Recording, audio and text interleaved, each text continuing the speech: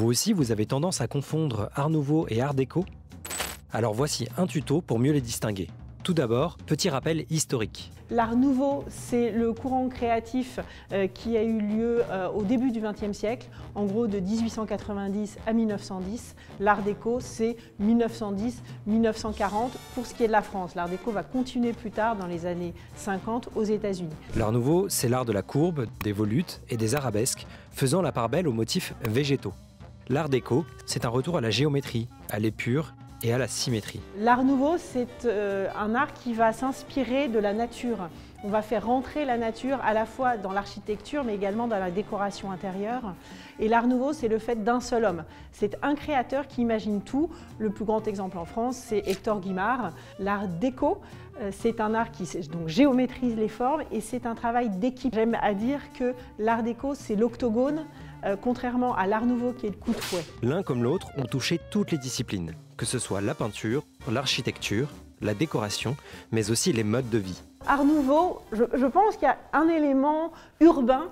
Les Parisiens alors, la connaissent très très bien. La bouche de métro Guimard, en ferronnerie vert de gris, avec des éléments végétaux très arrondis. Et l'Art déco, ça va être le Théâtre des Champs-Élysées, qui est le premier bâtiment Art déco de Paris. Et puis si on ferme la période, c'est le Palais de Chaillot et le Palais de Tokyo. L'Art Nouveau apparaît simultanément sous des noms différents dans plusieurs pays d'Europe. En Angleterre, en Allemagne, en Autriche, en Italie, en Espagne et aux États-Unis.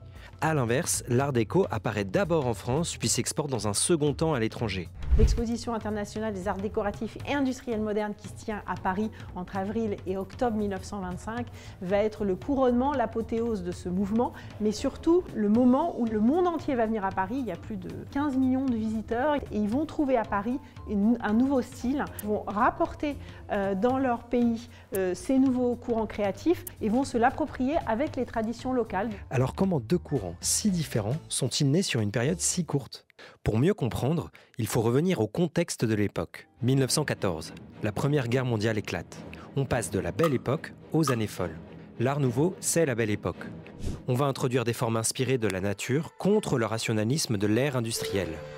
On n'invente rien, toutes les formes sont déjà créées dans la nature.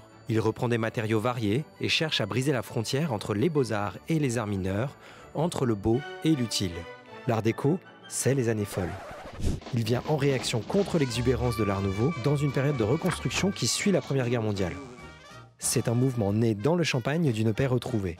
Je trouve que ce qui est créé avant, notamment l'Art Nouveau, regarde un peu trop vers le passé, un peu trop vers le style 18e. On va vouloir reconstruire moderne et avec le confort moderne, c'est-à-dire l'électricité à tous les étages, l'eau à tous les étages. L'Art déco n'est pas du tout un style que élitiste. L'Art Nouveau était un style beaucoup plus élitiste. Les créateurs de l'Art Nouveau vont ne créer qu'avec des matériaux très nobles, donc très chers. L'Art déco a de ça qu'il crée pour tout type de bourse. Autre différence notable entre les deux courants, la place et la représentation de la femme. Ce qui caractérise aussi ce style Art Nouveau, c'est qu'il y a une charge érotique qui est manifeste dans cette sensualité des formes végétales, dans cet art en mouvement très très sensuel, très très près des rythmes de la nature, mais aussi des rythmes de l'homme. La surabondance de l'image féminine dans le répertoire ornemental de l'Art Nouveau est liée à ce sentiment de vie que l'on cherche à restituer dans le décor quotidien. Les femmes vont rentrer dans la vie active pendant la guerre de 14,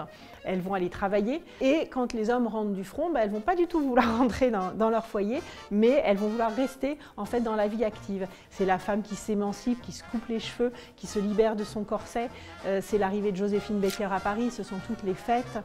Voilà, vous avez désormais tous les éléments pour ne plus confondre les deux courants. Et vous êtes plutôt Art Nouveau ou Art déco ?